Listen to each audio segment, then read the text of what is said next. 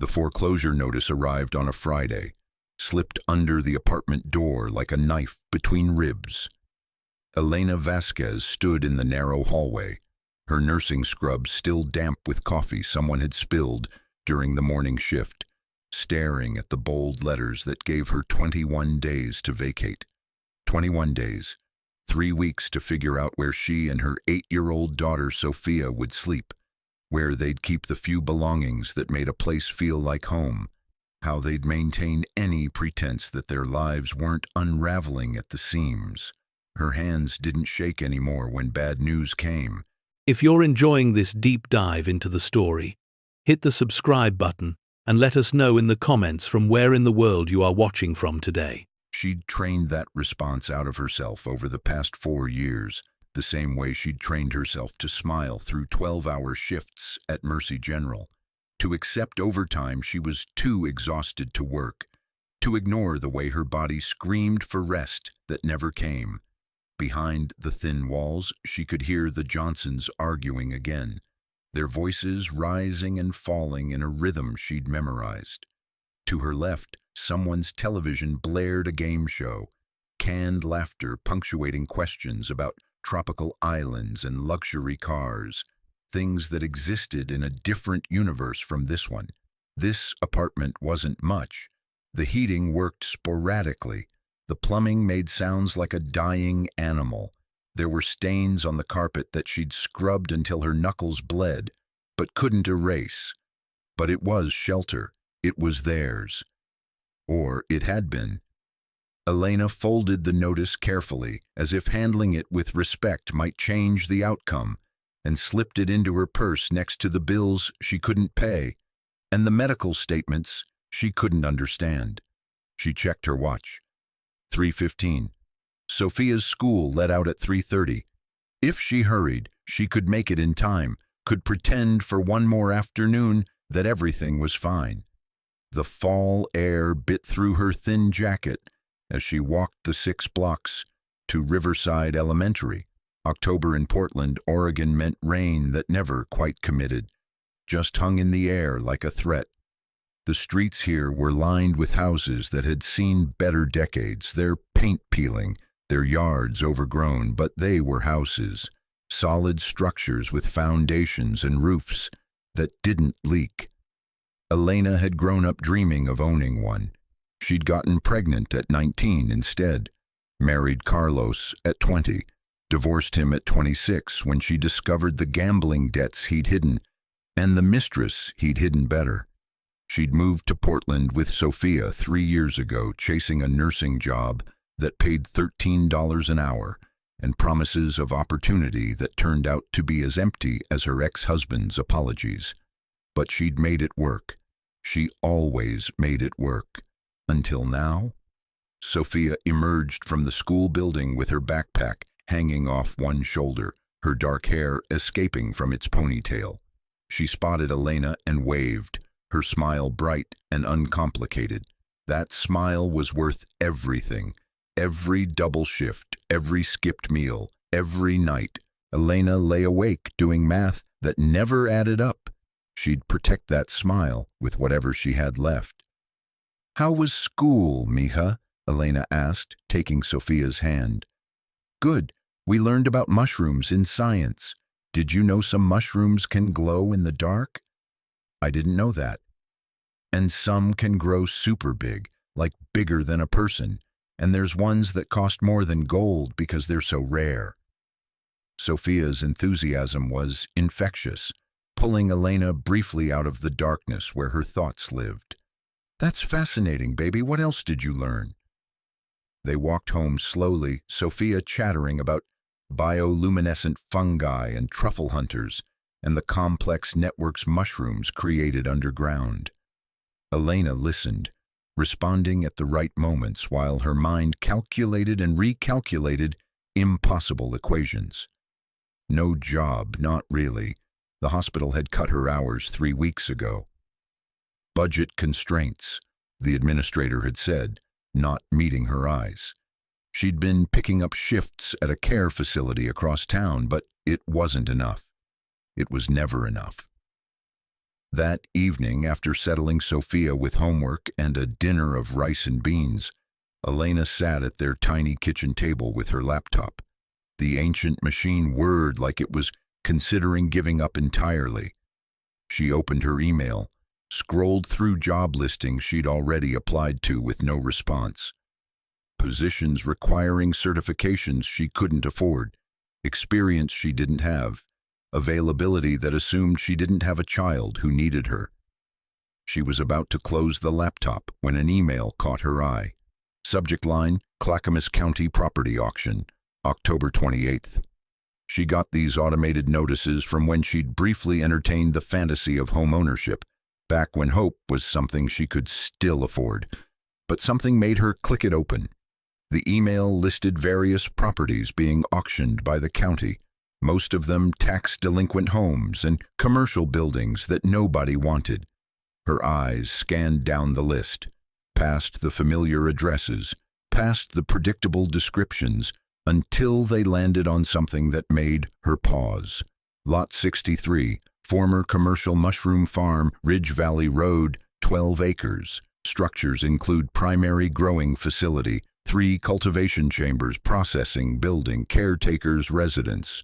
Property sold as is, no utilities confirmed, significant structural damage reported, minimum bid $500. Elena read it 3 times. A mushroom farm. She vaguely remembered it, a commercial operation that had gone under years ago, out past the eastern edge of the county where land was cheap and nobody asked questions.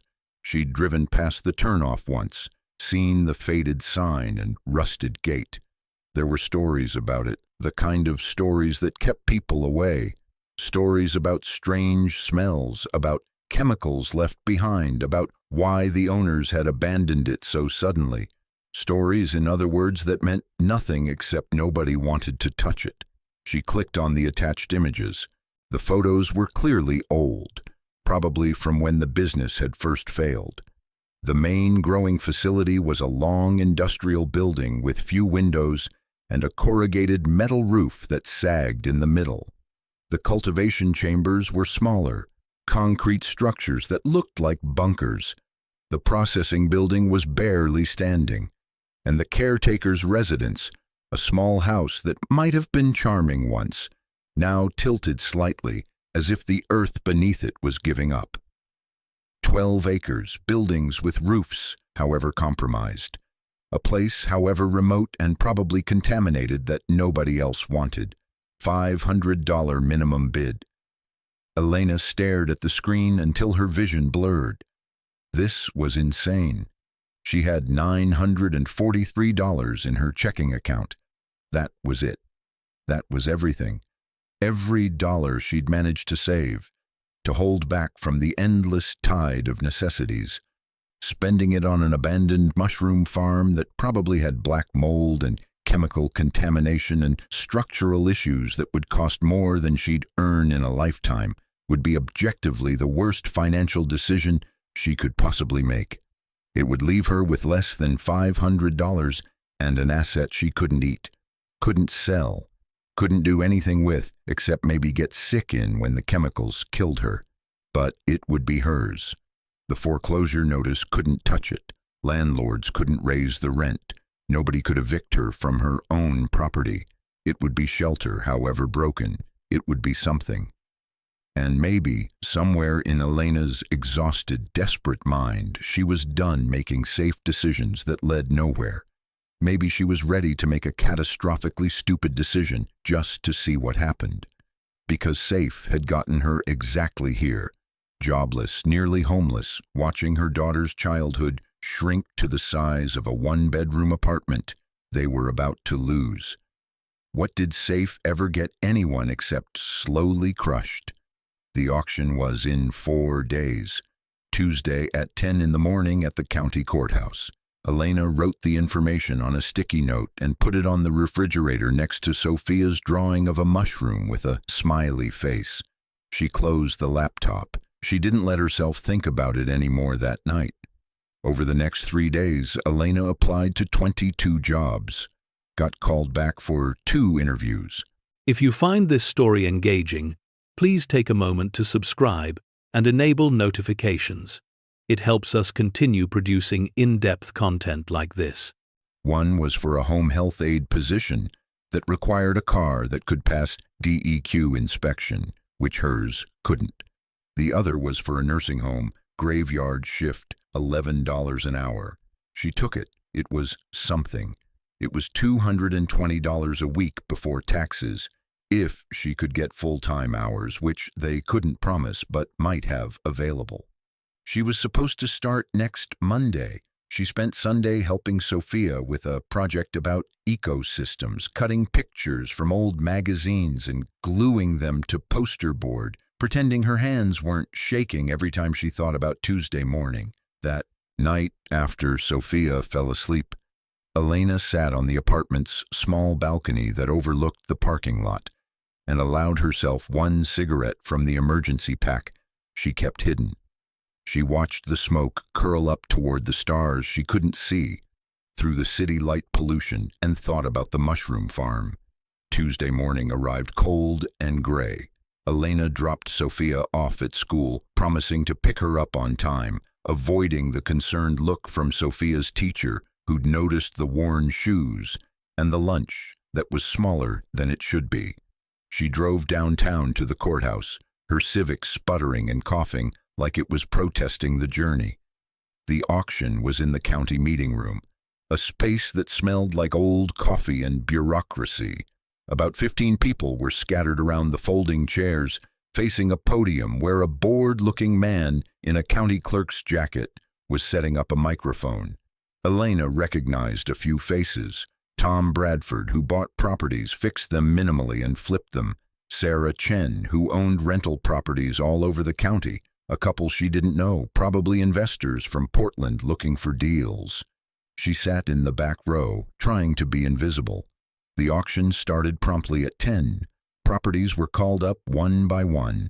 A house on Morrison Street went for $42,000. A vacant lot near the river went for $18,000. A commercial building that used to be a restaurant went for $65,000.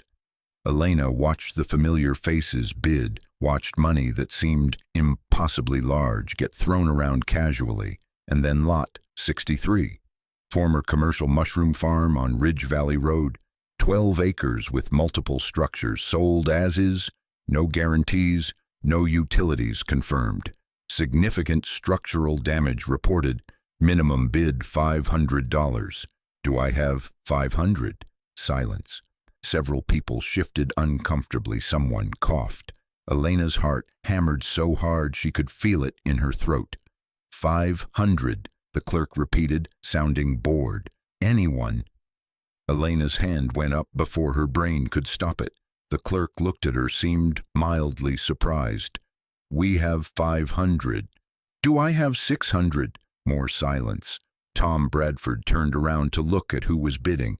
His expression was somewhere between skeptical and pitying. Going once at 500. Elena held her breath. Going twice at 500. Sold for 500 to bidder number. The clerk checked her paddle. 17. Just like that, it was done. Elena sat frozen as the clerk moved on to the next property. She'd done it. She'd actually done it. She'd bought an abandoned mushroom farm with money she couldn't afford to spend, and she had absolutely no idea what happened next. After the auction ended, Elena stood in line at the clerk's office to complete the paperwork. The process was surprisingly simple. Sign here, initial here, provide identification, write a check for $500 plus $71 in processing fees. The clerk stamped documents, made copies, and handed Elena a manila envelope. Congratulations, the woman said without enthusiasm. Keys should be with the property manager's office. Building C, second floor. They're open until noon on Tuesdays. Elena walked through the courthouse in a daze, clutching the envelope like it might vanish. She found Building C, climbed the stairs, pushed open the door marked Clackamas County Property Management. A middle-aged woman with reading glasses on a chain looked up from her computer. Help you. I just bought a property at auction. They said you'd have keys. Which property? The old mushroom farm, Ridge Valley Road. The woman's eyebrows went up. Really? Someone actually bought that place? Is that a problem? No, just nobody's touched that property in, God, has to be 15 years. Maybe more. Hang on. She disappeared into a back room. Elena heard filing cabinets opening, muttered cursing. She returned 5 minutes later with a dusty cardboard box. This is all we've got. Keys, original property survey from 1984, some old business licenses. Most of it's probably useless, but it's yours now. Elena took the box. It was heavier than she expected. Is there anything I need to know about the property? The woman shrugged. Not really my department, but I mean, it's been abandoned since the late 90s. The business went under, something about market collapse and debt. Place has been through a couple of owners since then. County took it for back taxes about 6 years ago. There were some issues with environmental assessments, some concerns about chemical residue from the growing operations, but nothing that prevented the sale. It's yours free and clear. She paused. Good luck with it. You're gonna need it. Elena left the building, walked to her car, set the box on the passenger seat. She sat behind the wheel for a long moment, staring at nothing. Then she pulled out her phone and called Sofia's school. This is Elena Vasquez. I'm running late for pickup. Could you keep Sofia in the after-school program until about 4? I'll be there by then, I promise. The secretary agreed. Used to these calls from working parents scrambling to make everything fit. Elena thanked her, ended the call, and started the engine. She had to see it. Had to see what she'd just bought, what she'd just committed the last of her money to. Had to know if she'd just made the biggest mistake of her life, or something else entirely. Ridge Valley Road was exactly as she remembered, from the one time she'd driven past it years ago. A cracked 2-lane highway that wound east out of the county, past aging strip malls and failing businesses, into hills that rose like the earth's weary shoulders. She drove for 40 minutes, watching the landscape grow increasingly isolated. The houses farther apart, the trees denser. The turnoff appeared suddenly, easy to miss if you weren't looking. A gravel road barely wide enough for one car, branching off into Douglas fir and overgrown blackberry bushes. No sign, just a rusted cattle gate hanging on one hinge. Elena turned. The Civic bounced and rattled over the unpaved road, rocks pinging against the undercarriage. The road climbed slightly, winding through the trees, and with each turn, the world she knew grew more distant, less real. After almost 2 miles of climbing, the road leveled out and the facility appeared. Elena stopped the car, engine idling, and stared. The photographs hadn't captured the desolation, the oppressive sense of abandonment. The main growing facility stretched before her like a dying creature, 150 feet of corrugated metal and concrete, its roof sagging in multiple places, rust bleeding down its sides in orange tears. The cultivation chambers clustered around it, low concrete structures with heavy metal doors, all closed, all secretive. And the processing building, God, the processing building looked like it had been clawed apart by something angry. One wall had collapsed entirely, revealing rusted equipment and broken conveyors inside. The caretaker's residence sat apart from the industrial buildings, down a separate path overgrown with weeds. It was small, maybe 1,000 square feet, with wood siding that had once been white but was now mostly gray. The roof looked intact. That was something. Elena drove slowly forward, tires crunching on gravel and broken glass. She parked in what might have once been a loading area in front of the main facility and turned off the engine.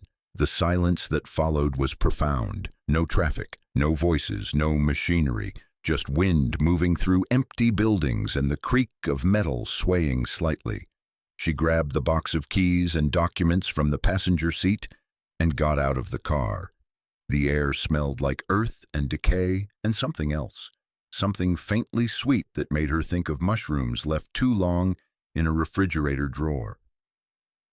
She walked toward the main facility's entrance, a heavy steel door hanging partially open.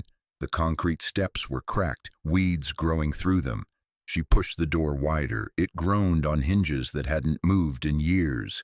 Inside, darkness and dust. Elena pulled out her phone, activated the flashlight.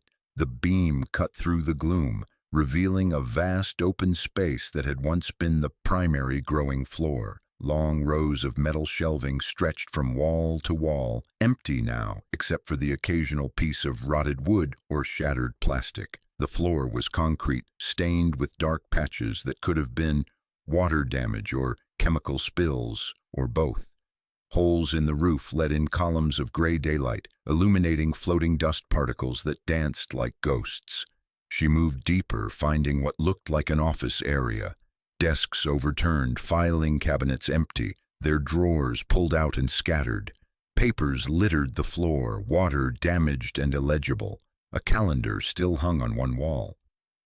December 1998.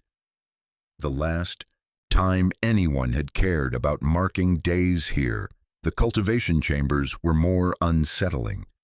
Elena approached the first one, a low concrete structure maybe 30 feet across, with a heavy metal door secured by a massive padlock that had rusted but still held. She tried several keys from the box before finding one that fit. The lock resisted, then gave with a crack that echoed across the empty facility. The door opened on protesting hinges, revealing a chamber carved into the earth itself. Stone steps descended into darkness that her phone's flashlight struggled to penetrate. The air that rushed out was cool and dry, shockingly well preserved considering the decay above ground. Elena hesitated at the threshold. Every instinct told her to close the door, to leave, to forget she'd seen this. But she'd spent her entire adult life listening to instincts that kept her safe and poor and trapped. Where had caution ever gotten her? She started down the steps. The chamber was deeper than she expected. 20 steps, 30, 40. The walls were smooth concrete, reinforced with steel beams, built to last. At the bottom, her flashlight revealed a space much larger than the structure above suggested. The chamber extended in multiple directions, a maze of growing rooms and storage areas, all empty now, all stripped of whatever equipment had once filled them. But as Elena explored, sweeping her light across the concrete walls and metal support beams, she noticed something odd. The chamber didn't feel abandoned in the same way the facility above did. There was no water damage, no rot, no signs of animals or weather. The air was controlled somehow, dry and cool, as if the ventilation systems were still running on power that shouldn't exist. She moved deeper, following a corridor that branched off the main chamber. The passage was narrower here, more deliberately concealed. And at the end, she found what stopped her cold. A door, not the heavy metal doors of the cultivation chambers, but something else entirely. This door was steel, industrial grade, set into the concrete wall like a vault, and next to it, completely out of place in this abandoned 1980s mushroom farm, was a digital keypad, modern LED display, dark but present. How was that possible? How could there be a digital security system in a facility that had been abandoned for 15 years, that had no utilities, no power? Elena approached slowly. She touched the keypad. Nothing happened. Dead, obviously. But the door itself, when she examined it closely, showed no rust, no decay. It looked like it had been installed yesterday. She tried the handle. Locked tight. She examined the frame, looking for hinges, for any weakness. Nothing. This door had been built to keep people out, or to keep something in. Her phone's battery was at 62% now, dropping faster than it should in the cool air. She checked the time. 2:45. She needed to leave soon, needed to pick up Sofia, needed to figure out what came next. But she couldn't shake the feeling that this door was important, that whatever was behind it was the reason the mushroom farm had been abandoned so suddenly, the reason nobody wanted to touch this property. Elena took photos of everything: the door, the keypad, the chamber layout, the way the concrete had been poured and reinforced. Evidence that this was more than just a failed agricultural business. This was something else, something hidden beneath a commercial operation that nobody would think to question. She made her way back to the surface, climbing the steps carefully, her mind racing. The caretaker's residence waited, and she had keys for it. Maybe there would be answers there. Maybe she could make it livable enough to move in, to have shelter while she figured out what she'd really bought. The residence was in better condition than the other structures, protected perhaps by its distance from the main operation. Elena tried the front door. It was locked, but the key from the box fit smoothly. The door opened with minimal protest. Inside, the house was a time capsule. Someone had lived here once. Furniture was still present: a sagging couch, a small kitchen table, cabinets with doors hanging open. The windows were dirty but mostly intact. Elena moved through the small space: living room, kitchen, 2 bedrooms, bathroom. The toilet was dry. The sink produced no water when she tried the tap. Electricity was obviously disconnected, but the roof was solid, the walls were sound. And there, in the corner of the main bedroom, was a wood stove, old and iron, that looked like it might still work. This could work, Elena thought, standing in the center of the dusty living room. It would take effort, supplies, money she didn't have. But there was potential here, buried under years of neglect. She could clean it. She could make it livable. She could... Her foot caught on something. She looked down. A section of the wooden floor sounded hollow when she shifted her weight. She knelt, running her fingers along the floorboards.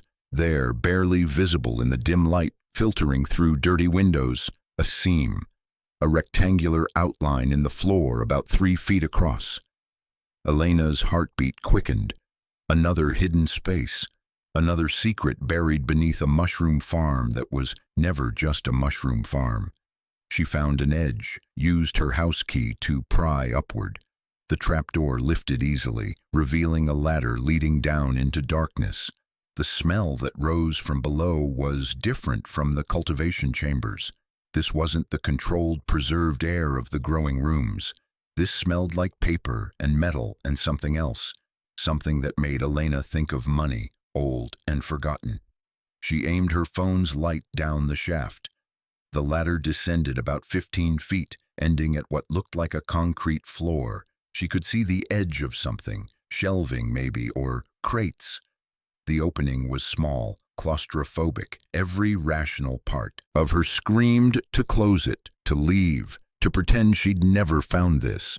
But Elena Vasquez had been rational for 32 years. She'd been careful and safe and followed all the rules. And where had it gotten her? A foreclosure notice, a daughter who wore shoes held together with tape, a life that felt like drowning in slow motion.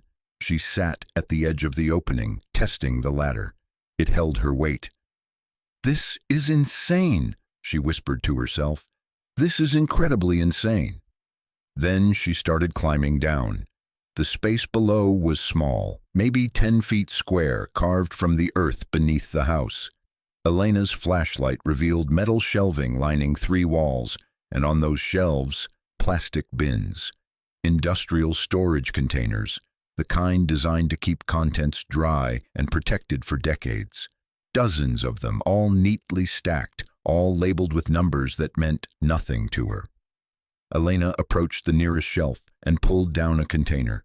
It was heavy, surprisingly so. She set it on the floor and opened the lid. Inside, wrapped in sealed plastic bags, were bundles of currency. $100 bills, neatly stacked and bound with paper bands. The plastic was labeled $20,000. Elena's hands shook as she opened another container. More money, $50,000 in 20s and 50s. Another container. Gold coins in protective cases, dozens of them, each stamped with years and symbols she didn't recognize. Her knees gave out. She sat on the cold concrete floor, surrounded by containers she hadn't opened yet, staring at wealth that shouldn't exist in a space that shouldn't exist beneath a mushroom farm she'd bought for $500.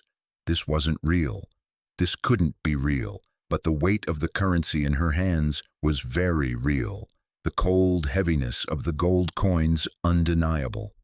She moved systematically now, opening container after container, cataloging with shaking hands what couldn't be possible. More cash in multiple currencies. American dollars, yes, but also euros, British pounds, Japanese yen.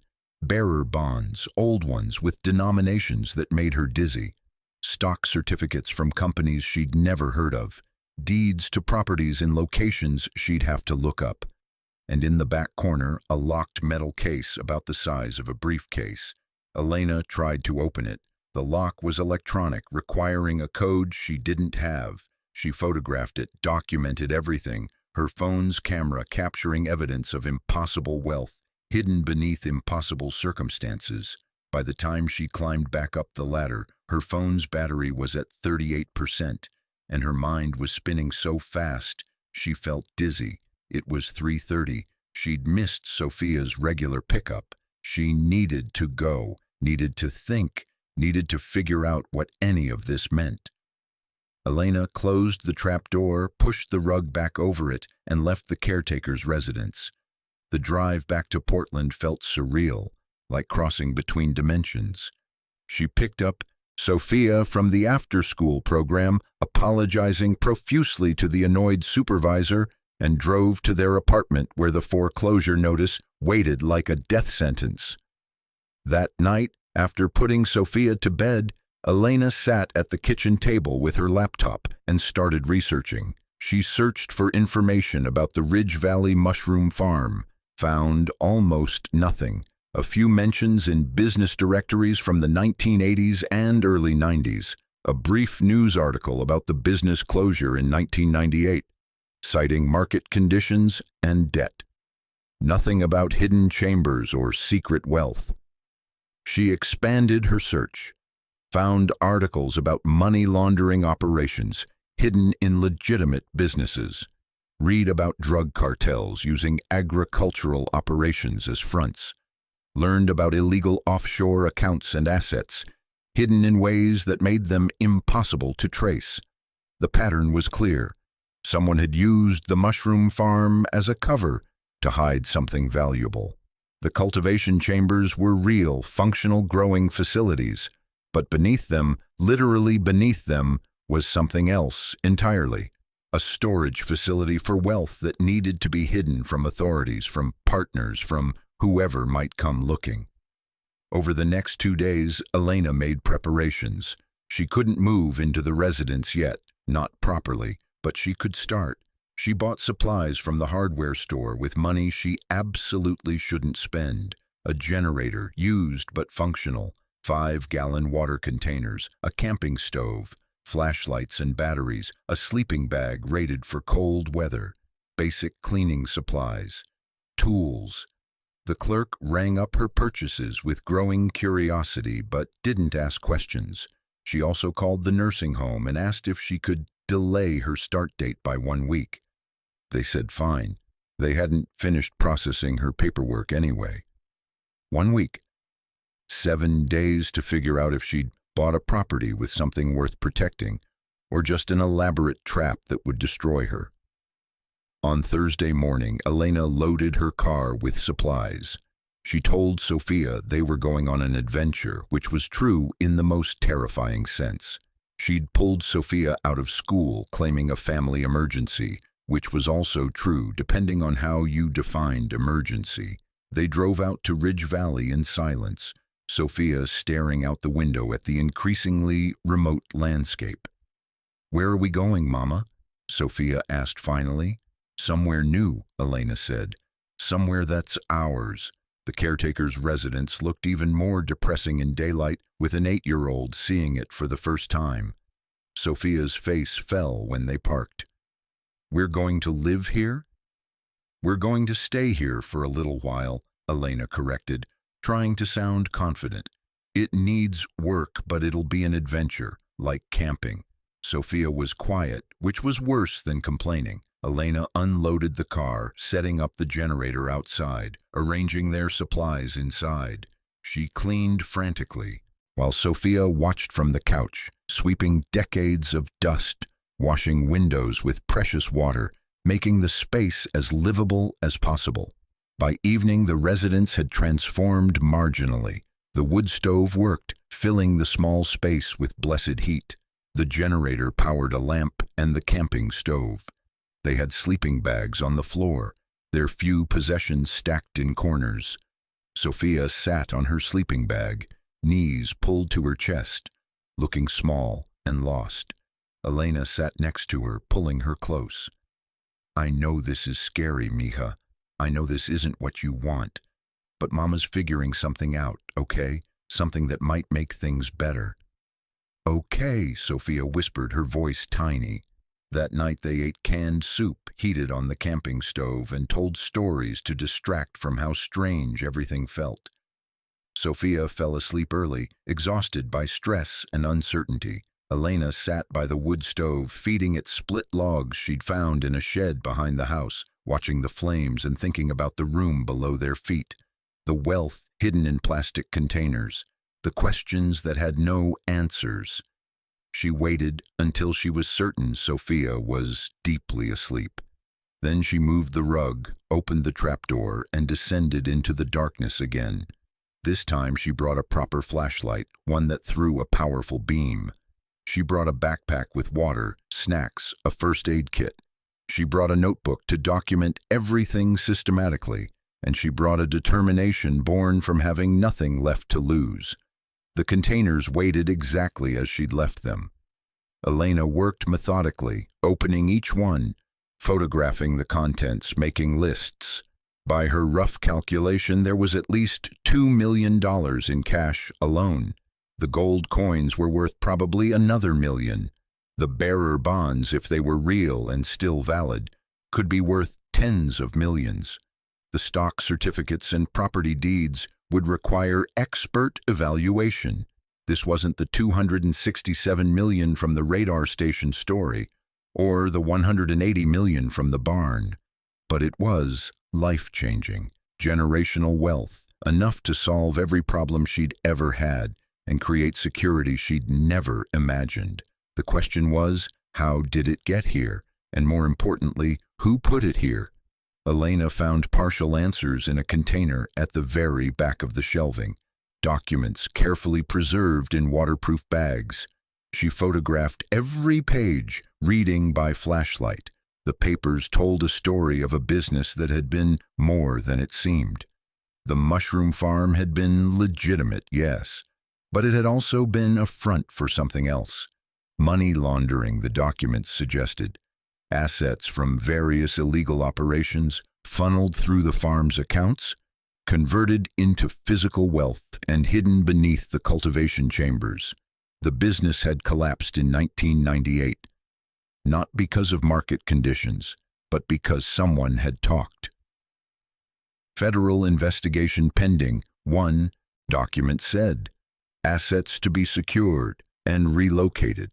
But something had gone wrong. The owners had fled, maybe been arrested, maybe disappeared, and the wealth they'd hidden had stayed hidden, waiting for someone desperate or stupid enough to actually buy the property nobody wanted. Elena's phone showed 2:17 in the morning when she finally climbed back to the surface. Sofia was still sleeping, undisturbed. Elena hid the notebook in her bag, added the most incriminating documents to it, and collapsed into her own sleeping bag. Her mind raced even as exhaustion pulled at her. She had evidence of criminal activity on her property, wealth that almost certainly had been obtained illegally, and no idea what to do with any of it. The smart thing would be to report it, call the authorities, explain what she'd found, let proper channels determine ownership and distribution. But Elena had learned long ago that playing by the rules was a luxury poor people couldn't afford. The system wasn't designed to help people like her. It was designed to keep them in their place. If she reported this, what would happen? Best case, months or years of investigation while the wealth was seized and she got nothing. Worst case, she'd be accused of being involved somehow, of knowing about it before she bought the property. Either way, she'd lose. She'd still be poor, still be facing homelessness, still be watching Sofia's childhood shrink because she couldn't afford to give her anything better. No, there had to be another way. Over the next week, Elena established a routine.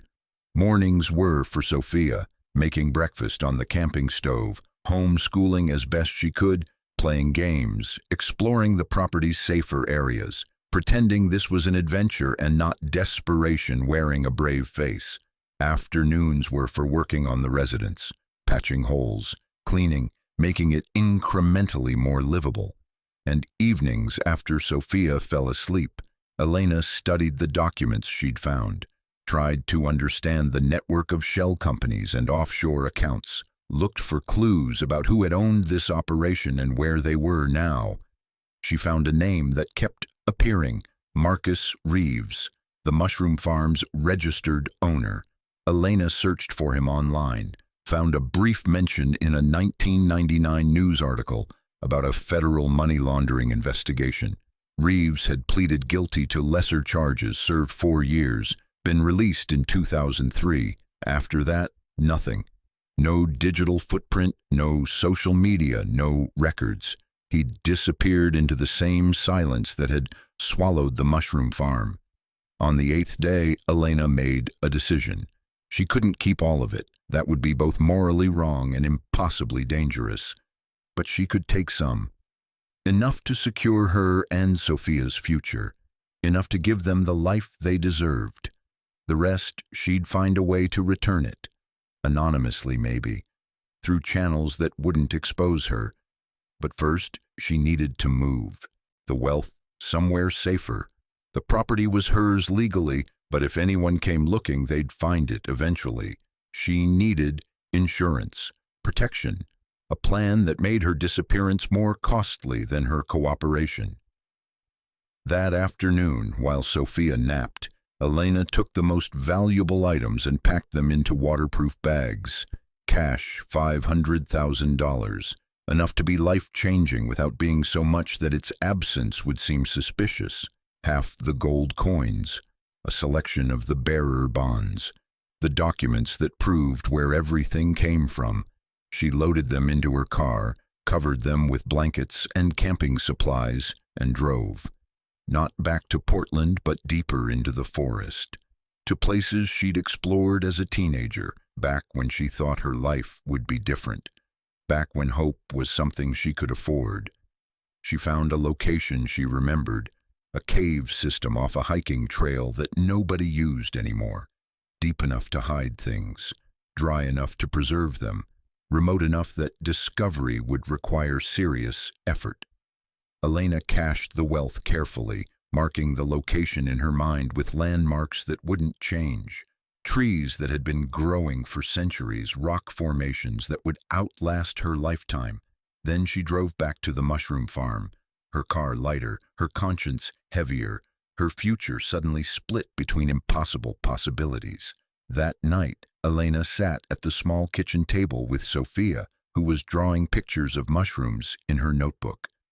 "Mama," Sofia said, without looking up, "is this where we're going to live now?" Elena reached across the table and took her daughter's hand. "For a little while, mija, until I can figure out something better." Sofia looked up, her dark eyes too wise for 8 years old. "Are we in trouble?" Elena's throat tightened. "No, baby, we're not in trouble. We're figuring things out. That's all grown-ups do sometimes, figure things out." Sofia nodded, accepting this with the trust children had before life taught them otherwise. "Can I go to school again soon?" "I miss my friends." "Soon," Elena promised. "I promise. Very soon." She meant it. The wealth hidden in the forest, the evidence documented in her notebook, the property that was legally hers. All of it was a means to an end, a way to give Sofia normalcy, safety, the childhood Elena herself had never had. Whatever came next, whatever consequences followed, Sofia would be protected. Elena would make sure of it, even if it meant risking everything, even if it meant dancing at the edges of legality, even if it meant carrying secrets that grew heavier with each day. The mushroom farm sat silent in the darkness, its secrets partially uncovered, its wealth partially claimed. And Elena Vasquez, nurse and mother and accidental heir to someone else's crimes, made plans in the dim glow of a camping lantern, plans that would either save them or destroy them. She wouldn't know which until it was too late to turn back. The breakthrough came, 2 weeks later, triggered by something Elena hadn't expected, a visitor. She was outside the caretaker's residence, hanging laundry on a makeshift line she'd rigged between 2 trees when she heard the car. The sound carried across the empty property like an alarm, a diesel engine growling up the gravel road. Elena's hands stilled on the wet shirt she'd been pinning. Nobody knew they were here. Nobody should be coming. "Sofia," she called toward the house, keeping her voice calm. "Go inside, mija. Go to our room and stay there until I come get you." Sofia appeared in the doorway, sensing the tension immediately. "Mama? Now, baby, please."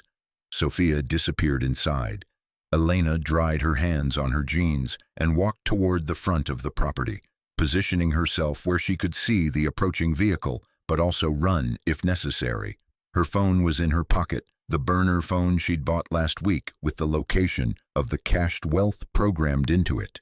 If something happened to her, she'd set up instructions with a lawyer in Portland, paid for with cash. That would ensure Sofia was protected.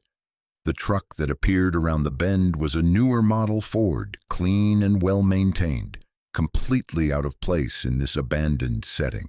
It stopped about 50 yards from where Elena stood. The driver's door opened and a woman emerged. She was in her 60s, Elena guessed, with silver hair pulled back in a neat ponytail and the kind of clothes that suggested money without flaunting it. Expensive hiking boots, a Patagonia jacket, jeans that actually fit. "Elena Vasquez," the woman called out, staying near her truck. "Who's asking?" Elena's voice was steadier than she felt. "My name is Catherine Reeves. I believe you own my late husband's property." The name hit Elena like a physical blow. Reeves. Marcus Reeves, the man who'd owned the mushroom farm, who'd gone to prison for money laundering, who'd disappeared after his release. This was his widow. Catherine Reeves stayed where she was, reading Elena's body language correctly. "I'm not here to cause trouble. I'm here because I've been monitoring property records for 20 years, waiting for someone to finally buy this place, hoping they'd be smart enough to look beneath the surface." "I don't know what you're talking about," Elena said automatically. Catherine smiled, sad and knowing. "You found the hidden room under the residence. You found what Marcus left behind. And now you're terrified because you don't know if it makes you rich or puts a target on your back." She paused. "The answer is both, by the way." Elena's mind raced through calculations. Run, fight, deny, or listen. She chose the last option, but kept her distance. "Why are you here?" "Because what's hidden on this property isn't what you think it is." Catherine reached into her truck and pulled out a leather portfolio. "May I come closer?" "I promise you, Elena, I'm not a threat. If I wanted to hurt you or take what Marcus left, I'd have sent very different people." Slowly, Elena nodded. Catherine walked forward with deliberate, non-threatening movements and stopped about 10 feet away. She opened the portfolio and pulled out a photograph, holding it so Elena could see. The image showed a younger Marcus Reeves standing with Catherine and 3 children, all smiling at some family gathering. "Marcus wasn't just a money launderer," Catherine said quietly. "He was FBI, undercover for 12 years, embedded in an organization that moved hundreds of millions. through legitimate businesses across the Pacific Northwest. The mushroom farm was his deepest cover. They set it up together, him and his handlers, made it real enough to be convincing. Elena's breath caught. But he went to prison. He took a plea deal as part of his cover. 4 years in federal prison to protect the larger investigation. The Bureau promised him protection, promised us that after his release, we'd be relocated, given new identities, paid for his years of service. Catherine's voice hardened. They lied. When Marcus got out, suddenly there was no money for his protection. The operation had concluded. Budget cuts, they said. He was on his own. The wealth in the hidden room, Elena said slowly, understanding beginning to dawn. Marcus's insurance policy. When he realized the Bureau was going to abandon him, he started skimming, not from the criminals that would have gotten him killed, from the assets the FBI was seizing. He'd document items for the official reports, then hide the real valuables and substitute fakes or lesser items. Over 12 years he accumulated what you found. His pension, his protection money, his fuck you to an organization that used him and threw him away. Catherine's eyes shimmered with tears she wouldn't let fall. He died 6 years ago. Heart attack, sudden and unexpected. He never got to use any of it. And I couldn't touch it because the moment I showed up here, the wrong people might notice. So I waited for someone else to buy the property, someone who might find it and might be desperate enough to fight for it. Elena's throat was tight. How did you know I'd find it? I didn't, but the cultivation chambers have the same hidden entrance mechanism. I figured if someone actually explored them, they'd eventually find the residence's trapdoor, too. I've been checking property records monthly for years. When I saw your name come up, I researched you. Catherine's expression softened. Single mother. Nursing background. Foreclosure notice. You reminded me of myself 30 years ago before Marcus. Someone trying so hard to stay afloat that drowning felt inevitable. The wind moved through the Douglas firs, carrying the scent of rain that was always coming in Oregon. Elena looked back at the residence where Sofia was hiding, probably scared, definitely listening through the walls. What do you want from me? Nothing, Catherine said. Or rather, I want you to keep it, all of it. Marcus left instructions with me in case something happened to him. He said whoever found his cash deserved it. They'd be brave enough to buy this cursed property and smart enough to look beneath the obvious. He'd want it to help someone who needed help. There's at least $3 million hidden here, Elena said. Probably more if everything's authentic. You expect me to believe you're just giving it away. I'm a 63-year-old woman with more money than I need from Marcus's legitimate life insurance and investments. Our children are grown and successful. I don't need his hidden treasure. What I need is for it to serve the purpose he intended, to protect someone from the system that chews people up and spits them out. Catherine took a step closer.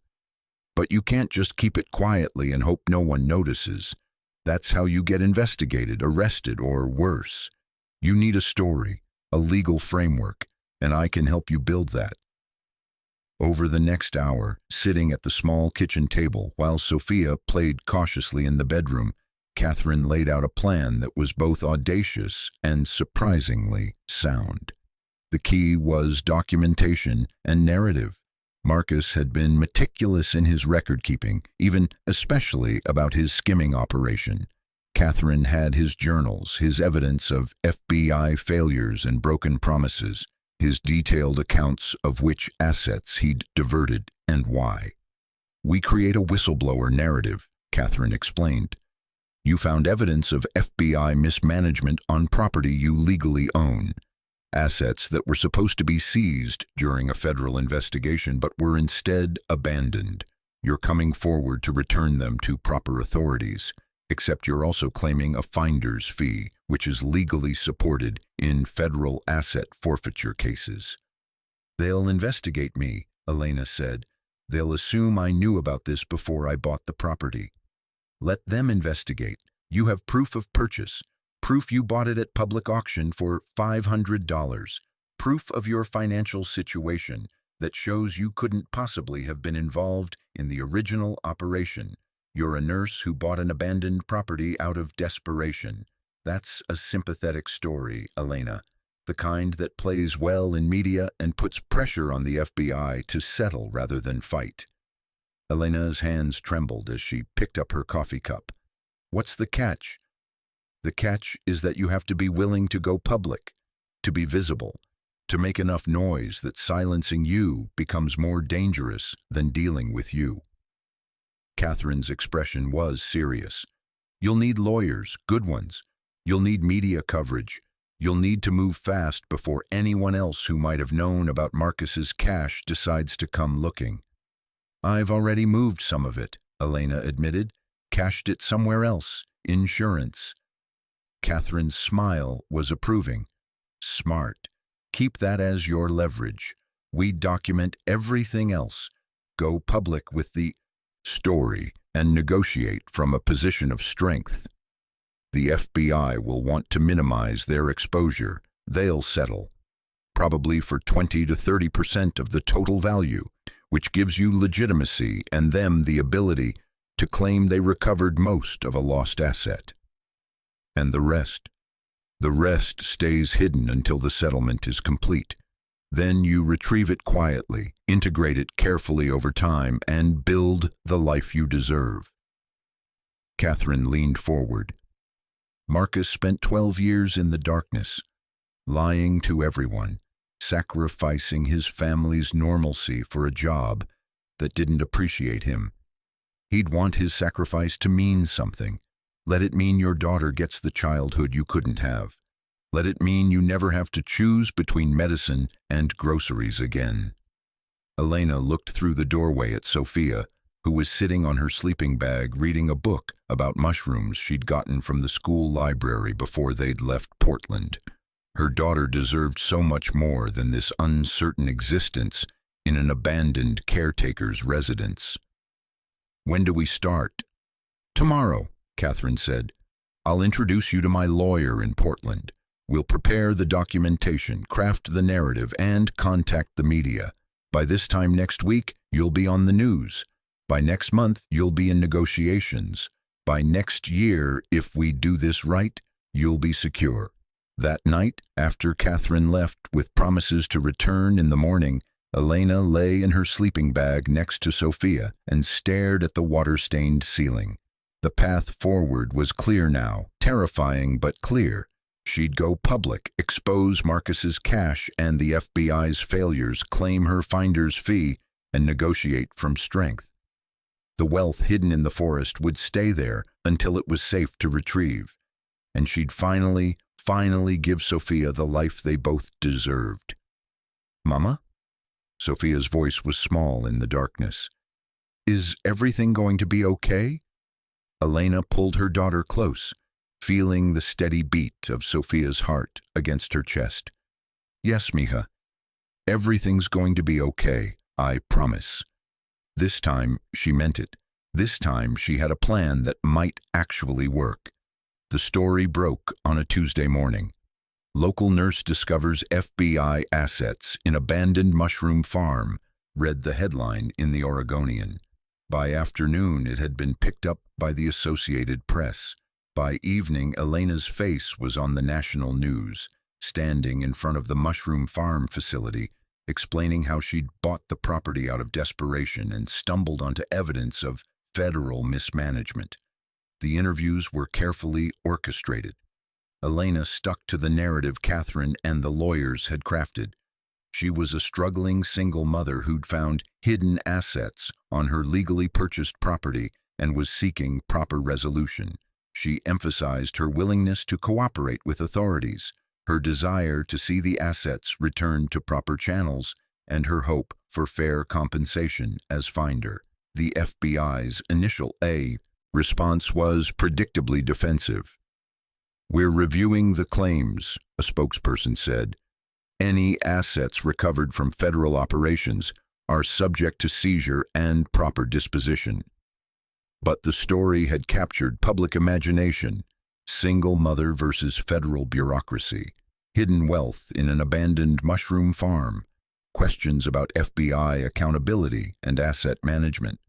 The comment sections filled with support for Elena, criticism of federal overreach, and speculation about how much she'd actually found. 3 days after the story broke, the FBI contacted Elena's lawyers requesting a meeting.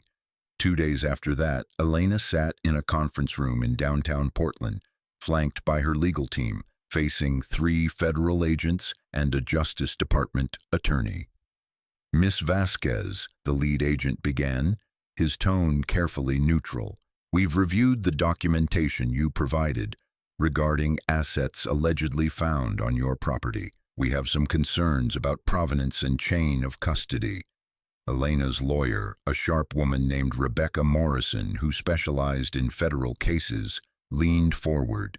"My client found these assets on property she legally owns, purchased at public auction with proper documentation. The burden of proof regarding ownership lies with you, not with her. The assets were part of a federal investigation.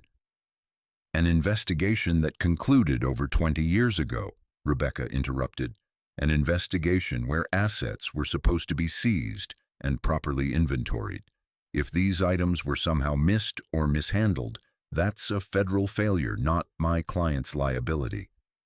The negotiations lasted 4 hours. The FBI wanted everything with minimal compensation. Elena's team demanded 30% of the assessed value as finder's fee, citing federal asset forfeiture law and precedent cases. They settled at 22%, with an agreement that Elena would receive payment within 90 days, and the FBI would not pursue any investigation into her purchase of the property or discovery of the assets. The assessed value, based on the items Elena had documented, came to $3,200,000. 22% was $704,000. Life-changing money, more than Elena had earned in her entire working life, but not the full amount hidden beneath the property and cached in the forest. The bearer bonds, the gold coins Elena hadn't disclosed, the additional cash she'd already secured. Those remained her secret, her insurance, her true inheritance from Marcus Reeves's careful planning. "We have an agreement," the Justice Department attorney said, sliding documents across the table. "Sign here, Miss Vasquez, and this matter is concluded." Elena picked up the pen, her hand steady despite the magnitude of what she was about to do. She thought of Marcus Reeves, who'd spent 12 years lying to everyone he knew.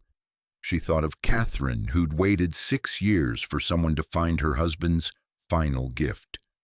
She thought of Sofia, waiting in the new apartment they'd rented in Portland, with money Elena had carefully withdrawn from the cached supplies. And she thought of the foreclosure notice, the double shifts, the years of drowning slowly while the world watched and did nothing. She signed. The settlement was finalized 6 weeks later. Elena received a check for $704,000 and a letter from the FBI thanking her for her cooperation in recovering federal assets. The media covered it as a feel-good story about a struggling mother who'd done the right thing and been rewarded for her honesty. Nobody asked about the items she hadn't disclosed.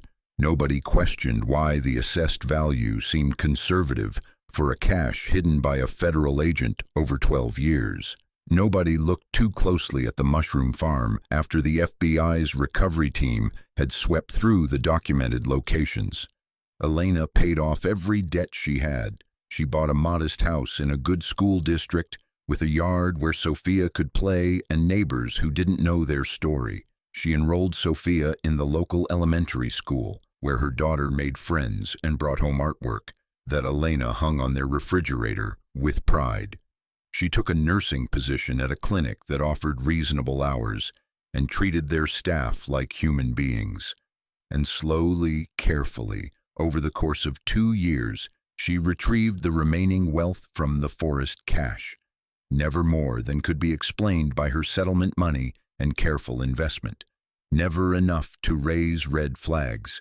Small deposits, strategic purchases, a gradual building of security that looked completely legitimate to anyone who checked. By the time Sofia turned 11, they had a life Elena had never dared imagine. College funds fully funded. A house that was theirs, not rented. Vacations to places Sofia had only read about in books. Security that felt real, not borrowed. On a Saturday morning in late spring, Elena stood in their backyard watching Sofia practice soccer with neighborhood kids. The mushroom farm was a distant memory now, sold to a developer who'd bulldozed everything except the cultivation chambers, which he'd turned into an underground wine storage facility. The story had faded from public consciousness, replaced by newer scandals and fresher tragedies. Catherine Reeves visited sometimes, welcomed as an honorary grandmother to Sofia. They'd never spoken explicitly about the wealth Elena hadn't disclosed, but Catherine's knowing looks suggested she understood. Marcus's plan had worked exactly as he'd intended. Someone desperate enough to take a risk had found his cash and been smart enough to protect it. "Mom!" Sofia called out, waving from the field. "Did you see that goal?" "I saw it, mija," Elena called back. "Beautiful." She thought about the woman she'd been 3 years ago, standing in a narrow apartment hallway, holding a foreclosure notice and trying to figure out how to survive one more day. That woman felt like a stranger now, someone from another lifetime. The mushroom farm had been hiding more than wealth. It had been hiding possibility, the chance to transform desperation into determination, to take the risk everyone said was stupid and turn it into salvation, to refuse to accept that poverty was permanent and powerlessness was inevitable. Elena had bought an abandoned mushroom farm for $500 and found $374 million worth of assets.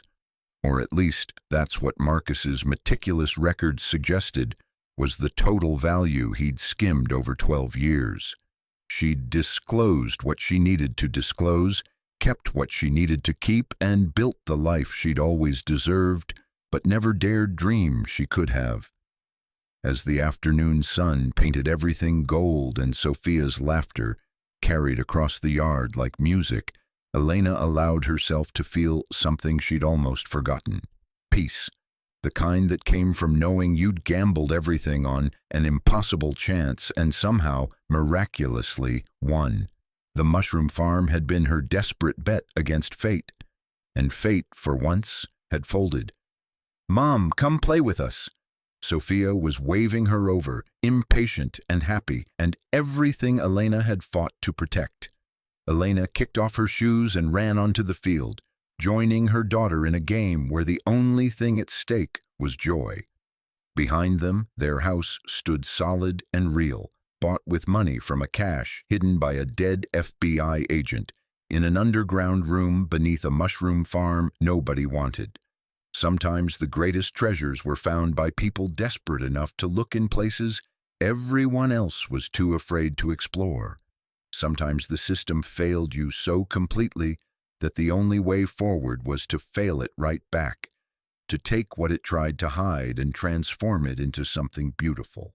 Elena had learned that lesson in darkness, climbing down a ladder into an impossible space filled with plastic containers and broken promises, and now she lived it in light, in this backyard with her daughter, in this life she'd built from ruins and risks, and the stubborn refusal to accept defeat. The mushroom farm was gone, bulldozed into memory, but what it had hidden remained, carefully distributed, slowly integrated, quietly transforming a struggling nurse and her daughter into something the world had never wanted them to be: secure, stable, safe. And somewhere, Elena liked to think, Marcus Reeves was smiling. His final operation had been his most successful.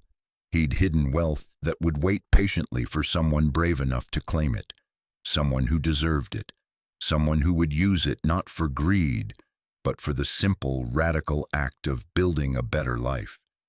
Elena Vasquez had been that someone, and as she played soccer with her daughter in their backyard on a perfect Saturday afternoon, she understood that this ordinary, precious, impossible life was the real treasure all along.